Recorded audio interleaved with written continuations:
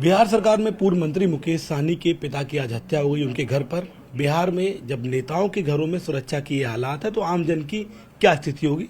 हमारे साथ बात करने के लिए कांग्रेस के राज्यसभा सांसद इमरान प्रतापगढ़ी जी। इमरान जी, मुकेश सहनी बड़े नेता हैं, उनके घर में उनके पिता की हत्या हो जाती है। बिहार में लगातार जो सुशासन है उस पर सवाल उठते रहे, कैसे आप इसको देखते हैं, क्या प्रतिक्रिया है? बहुत ही दुखद है और मुकेश सहनी जी के पिता की हत्या ये दर्शाती है कि बिहार की कानून व्यवस्था का हाल क्या है। मुझे तो टीवी चैनलों पे उस हेडलाइन का इंतजार है कि जब पूर्ववर्ती सरकारों को लेकर के जब जंगल राज लिखा जाता था, क्या भाजपा के सहयोग से बनी हुई नीतीश कुमार जी की सरकार को अभी भी सुशासन की सरकार बोला जाएगा या फिर जंगल राज लिखा जाएगा? पहला सवाल तो यह है। और दूसरा कि अगर इतने बड़े नेता के परिवार के लोग सुरक्षित नहीं है तो बिहार की आम जनता का हाल क्या होगा, ये बखूबी समझा जा सकता है। बहुत दुखद घटना है। हम इस दुख की घड़ी में मुकेश जी के परिवार के साथ खड़े हैं। सर, अभी हाल ही में अमेरिका के पूर्व राष्ट्रपति डोनाल्ड ट्रंप पर हमला हुआ। बीजेपी का आरोप यह है कि आप लोग भी, कांग्रेस पार्टी भारत में भी बीजेपी नेताओं, प्रधानमंत्री मोदी के खिलाफ ऐसा ही हिंसात्मक कैंपेन चला रही है। आप लोग भी लगातार अपने कार्यकर्ताओं, अपने कैंपेन के जरिए हिंसा का माहौल बना रहे हैं। देखिए, हमारे नेता राहुल गांधी जी ने पूरे देश में प्यार की बात की, नफरत छोड़ो भारत जोड़ो का नारा लगाया, नफरत के बाजार में मोहब्बत की दुकान खोल रहा हूं, ये नारा लगाया।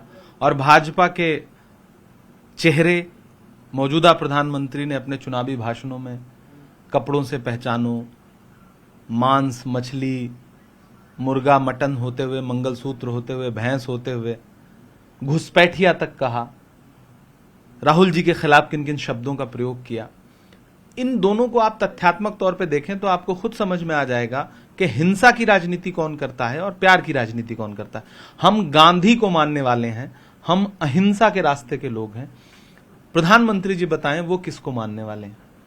सर, यूपी बीजेपी में लगातार समीक्षा बैठक चल रही है। केशव मौर्य का बयान वायरल हो रहा है, तमाम मंत्रियों का हो रहा है। संजय निषाद ये कह रहे हैं जिस तरीके से गरीबों के घर बुलडोजर चलाए जा रहे हैं उससे नुकसान हो रहा है। कई ऐसी नीतियां जिसकी वजह से नुकसान है। बीजेपी के तमाम विधायक, सांसद अब खुलकर लेटर लिख रहे हैं। कौन सी नीति है भाजपा उत्तर प्रदेश की जिससे गरीबों का भला हो रहा है? भाजपा अगर एक नीति बता दे। खुद की पीठ थपथपाने के अलावा भारतीय जनता पार्टी की सरकार ने पिछले कुछ वर्षों में उत्तर प्रदेश में जनता को क्या दिया है? भ्रष्टाचार के मामले में स्थिति यह है कि रामपथ जो अयोध्या का है उस तक के भ्रष्टाचार देश के सामने, वहां जमीनों की किस तरह से खरीद फरोख्त हुई है उसका भ्रष्टाचार देश के सामने है। तो भारतीय जनता पार्टी की राजनीति में जो अब उनके नेतागण या उनके सहयोगी नेतागण बोल रहे हैं, मुझे लगता है उन्होंने बहुत देर कर दी है। जनता सबक सिखा रही है, तब इस तरह के शब्द निकल के आ रहे हैं। अभी उपचुनाव आने दीजिए, फिर उसके बाद विधानसभा का चुनाव आने दीजिए, जनता और दुर्गति करेगी। भाजपा वहां जनता को कुछ दे नहीं रही है बल्कि उनका उपहास उड़ा रही है। शिक्षा मित्र हों, शिक्षक हों, छात्र हों, उनको नौकरी मांगने पे जिस तरह लाठी दी गई, तो जनता तो अब बदला लेने पे उतारू है। और मुझे लगता है कि आने वाले विधानसभा चुनाव में भाजपा की सरकार को इसका बहुत बड़ा परिणाम भुगतना पड़ेगा। सर, अंतिम सवाल है। यूपी में चर्चित मौलाना तौकीर रजा ने ऐलान किया है कि वो 23 हिंदू युवतियों का मतांतरण कराएंगे। उनका कहना है कोई जोर जबरदस्ती नहीं है, लेकिन वो मुस्लिम युवाओं से शादी करना चाहती हैं। अब इसको लेकर पुलिस ने वहां पर नोटिस जारी किया है, तमाम विवाद हो रहा है। अब मुझे लगता है, मैंने अभी वो बयान को सुना नहीं कि उन्होंने क्या बयान दिया है अक्षरशः। बाकी देश में कानून है, कौन किससे विवाह करना चाहता है ये उसका निजी मत है। और मुझे लगता है कि किसी भी धर्मगुरु को, किसी भी समाज का धर्मगुरु हो, उसको इस तरह के मुद्दों से बचना चाहिए। बहुत बहुत धन्यवाद बात करने के लिए। सर, सहयोगी प्रहलाद के साथ शिवम प्रताप सिंह, नेटवर्क 18, दिल्ली।